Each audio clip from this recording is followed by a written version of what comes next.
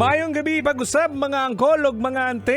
Tugutin na sabunin niyo na mga sa katahuran nining mga orasaha. Maayong gabi, magandang gabi sa iyo, sa inyo mga kabisyo. At siyempre, kauban gyapon kasama niyo pa rin ang inyong master sa gabi.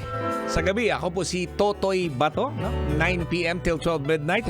Ito po yung programa na lahat po pwedeng sumali at mag-comment po sa ating fan page sa Totoy Bato Official. Ayan, at ang ating pinag-usapan po dito, ito yung topic po natin, yung pagiging mainitin ang ulo.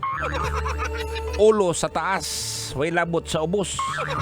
Ayan, at eto nga yung naiinis ka sa isang bagay o kaya sitwasyon o kaya mga pangyayari, no? At alam na po natin yan kung bakit po yan nagkakaganyan. Oo, sabi nga nila, may pinagdadaanan po yan. Tama? Halimbawa, ikaw ngayon, Kol, madali kang magalit dahil malayo pang sweldo. Wala ng pera. Hawa na kay diyot. Pastila, no? Yan, minsan marami ka pang babayaran at hindi natin alam yan. Halimbawa, nasa daanan ka, biglang may gumit-git sa'yo. Bigla ka lang nagagalit. Pero hindi naman nagasgasan yung sasakyan nyo, no?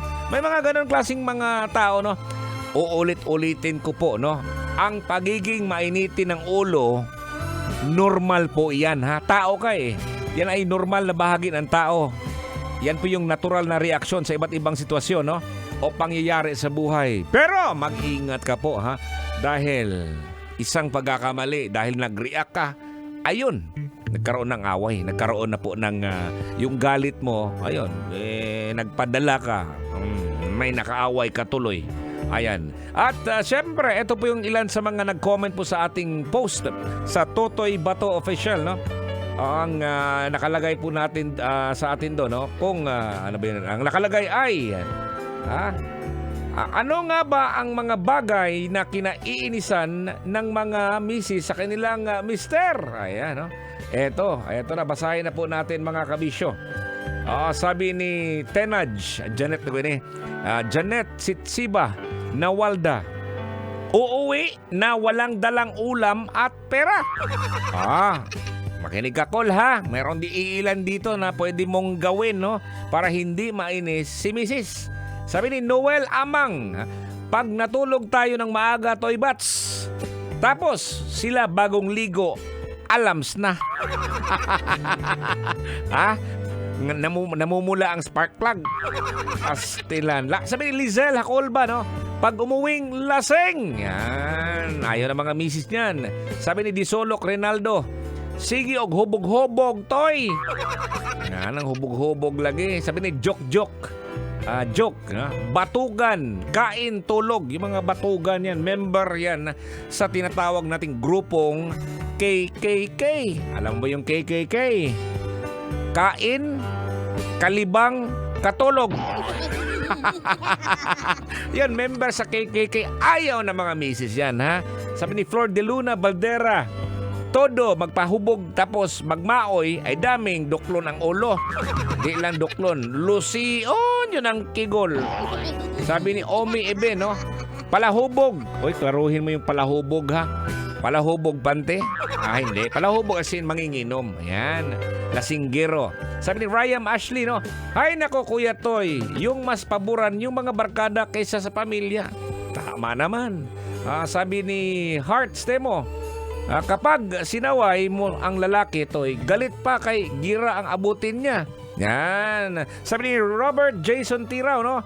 Pag umuwing lasing at kung ano-ano pang lumalabas sa bibig ng mister nila. Ayan.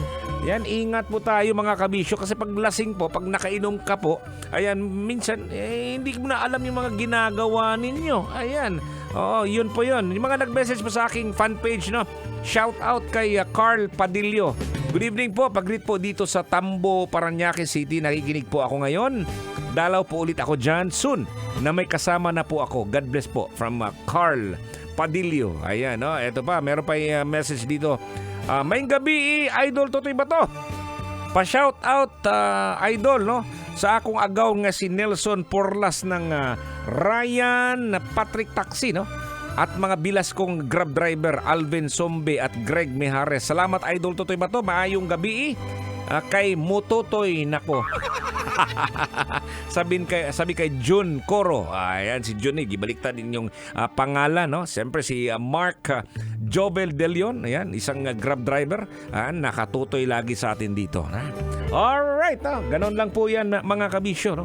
Ayan, ibalitaan nyo na yung mga katropa po natin, no? Na pag 9 p.m. na po yan, hanggang 12 midnight, oras na po yan, Mutotoy. Ayan, eto na po yung masasabi po natin mga kabisyo, ha? Ayan, alam mo mga kabisyo, mahalaga talaga ang tamang pamamahayag ng galit. Okay lang yung nagagalit, pero tama lang, no?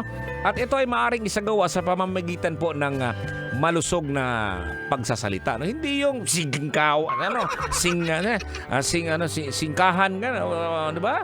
Pagsusulat ng mga nararamdaman siguro. Kaya siyempre, pagsusuri ng ugat ng galit, no? Para maunawaan po na mas malalim, no?